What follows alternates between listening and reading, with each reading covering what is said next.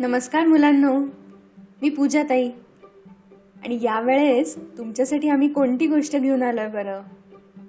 तर ही आहे गोरिलांची गोष्ट आणि आम्हाला ही फरमाईश केली आहे आमच्या बालमित्राने, ज्याचं नाव आहे अथर्व.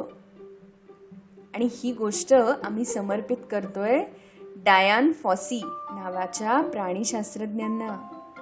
त्यांनी 13 वर्ष गोरिलांबरोबर राहून त्यांचा अभ्यास केला आणि त्यांच्या रक्षणासाठी, त्यांची संख्या वाढवण्यासाठी खूप काम केलं.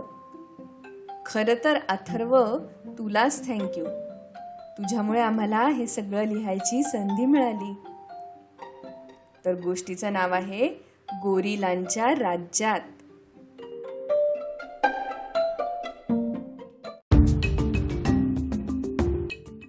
आफ्रिकेत विरुंगा नावाचा एक मोठा डोंगर आहे. त्या डोंगराच्या उतारावरच्या झाडांमध्ये बरेच गोरिलांचे कळप राहतात. अशाच एका कळपाची ही गोष्ट आहे. त्या कळपाचा मुख्य गोरिला जो असतो ना, त्याचं नाव असतं डिजिट. आणि मुख्य गोरिला कसा ठरवतात माहितीये? ज्याच्या पाठीवर चंदेरी केस असतील तो त्या कळपाचा म्हणजेच ग्रुपचा मुख्य. त्याला सिल्वर बॅक असंही म्हणतात. तर हा डिजिट आपल्या सगळ्या कळपाचा सांभाळ करत असतो. त्याच्या कळपात 2 मादी गोरिला म्हणजेच फिमेल गोरिला आणि त्यांची एकूण 5 पिल्लं राहत असतात. दिवसभर खेळायचं, आवडणारी फळं, पानं खायची आणि भरपूर झोपायचं, असा त्यांचा खूप छान दिवस जात असे. आणि ते सगळेच गोरिला एका जागी नाही राहायचे बरं का. जेवढा वेळ खाण्यात घालवायचे तेवढाच वेळ ही फळं, पानं, झाडांचा शोध घेण्यात घालवायचे. तर असंच एके दिवशी भर दुपारी भरपूर आवडती फळं खाऊन सुस्तावलेले सगळे गोरिला आराम करत असतात. डिजिट तेवढा जागा असतो, सगळीकडे लक्ष ठेवत असतो ना. पण खूप चालून आणि त्यानंतर भरपूर खाल्ल्यामुळे त्याचेही डोळे सारखे बंद होत असतात. आणि तेवढ्यात शेजारच्या झाडावरच्या माकडाच्या किंकाळीने डिजिटला जाग येते. तो झटकन उठून 2 पायांवर उभा राहतो आणि आपल्या कळपातले सगळे सुरक्षित तर आहेत ना ह्याची खात्री करून घेतो. त्याच्या कळपातले सगळेच जण, अगदी पिल्लं सुद्धा पेंगत बसलेली त्याला दिसतात. मग का हे माकड ओरडलं बरं, असा विचार त्याच्या डोक्यात येतो. तो त्या माकडालाच विचारतो, काय रे, काय झालं, काही ऐकू आलं का तुला? कोणी माणूस तर नाही ना आलाय शिकारीला? विरुंगा डोंगरावर बरीच माणसं शिकारीला, गोरिलांना पकडायला जात असत. त्यांच्यामुळे गोरिला आणि इतर माकडांना सारखंच पळायला लागायचं.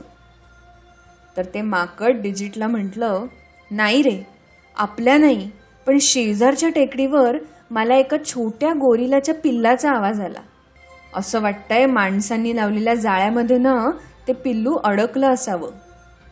डिजिट म्हटला, अरे मग आपल्याला त्याची मदत करायलाच हवी. तेवढ्यात दुसऱ्या एका कळपातला सिल्वर बॅग तिथे घाईघाईने येत असताना डिजिटला दिसतो. त्याचं नाव असतं इकारस.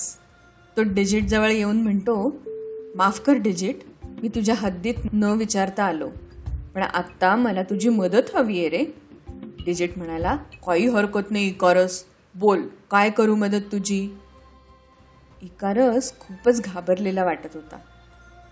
अरे, माझ्या कळपातलं एक पिल्लू शेजारच्या टेकडीवर माणसांनी लावलेल्या जाळ्यात अडकलंय रे. आम्ही सगळ्यांनी त्याला सोडवायचा खूप प्रयत्न केला, पण जमलंच नाही. मग मला आठवलं, अशा प्रकारची जाळी तूच सोडवू शकतोस, म्हणून धावत तुझ्याकडे आलो. तू मदत करशील का रे? नक्कीच, असं म्हणून डिजिट त्यांना मदत करायला अगदी लगेच तयार झाला. शेजारच्या झाडाजवळच्या त्या माकडाला आपल्या कळपावर लक्ष ठेवायला तो सांगतो आणि आपल्या सगळ्या कळपाला अगदी सावध राहायला सांगून डिजिट इकारस बरोबर निघतो.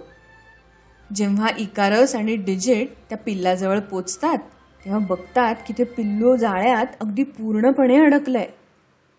इकारसला शेजारच्या झुडप्यांमध्ये माणसं आहेत ह्याची चाहूल लागते. मग तो डिजिटला म्हणतो, मी या सगळ्या पारध्यांना म्हणजेच ज्यांनी हे जाळं लावलंय त्यांना घाबरवून पळवून लावतो. तू पिल्लाला सोडव. मग डिजिट पिल्लू कसं अडकून बसलंय हे नीट पाहतो. पिल्लू बिचारं खूपच घाबरलेलं असतं. त्याला आधी तो शांत करतो. फार हालचाल केलीस तर आणखीनच जाळ्यात फसशील असं समजावतो.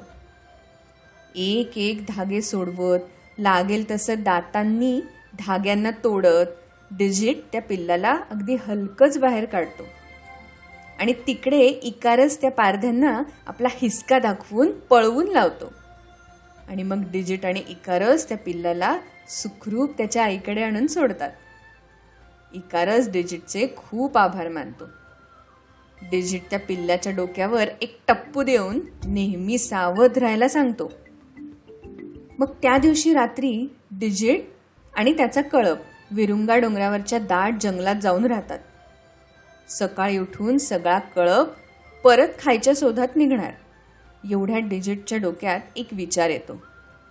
या पारध्यांमुळे खूप गोरिला सारखेच त्या जाळ्यांमध्ये अडकत असतात आणि जाळी तोडायला एकट्या डिजिट शिवाय बाकी कुणालाच येत नसतं. त्याला जशी त्याच्या बाबांनी जाळी तोडायला शिकवलं असतं तसंच आपण सगळ्याच गोरिलांना हे शिकवलं तर किती मोठा त्रास वाचेल ना सगळ्यांचा, असं त्याला वाटतं. शेजारच्या माकडाला डिजिट हा त्याचा विचार सांगून बघतो. त्या माकडाला तर हे ऐकून खूपच आनंद होतो. तो लगेच हा निरोप आपल्या माकड मित्रांकडून सगळ्याच गोरिलांपर्यंत पोचवतो. आणि दुसऱ्या दिवसापासून सगळे गोरिला आणि त्यांची छोटी छोटी बाळं डिजिटकडे येऊन जाळ्यातून कसं सुटायचं हे शिकून घेतात. आणि थोड्याच दिवसात वेरुंगा डोंगर आणि शेजारच्या जंगलातले गोरिला जाळं तोडण्यात आणि सोडवण्यात अगदी तरबेज होतात. आणि हो, एकमेकांना कसं सोडवायचं हे पण शिकून घेतात बरं का. त्यानंतर जाळ्यांमध्ये एक पण गोरिला अडकत नाही आणि अडकला तर आरामात सुटतात. हे कळल्यावर पारधी कंटाळून त्यांना पकडायचा नादच सोडून देतात. आणि तेव्हापासून विरुंगा डोंगरावर सगळे गोरिला आनंदात राहायला लागतात. काय गोष्ट कशी वाटली आम्हाला नक्की कळवा.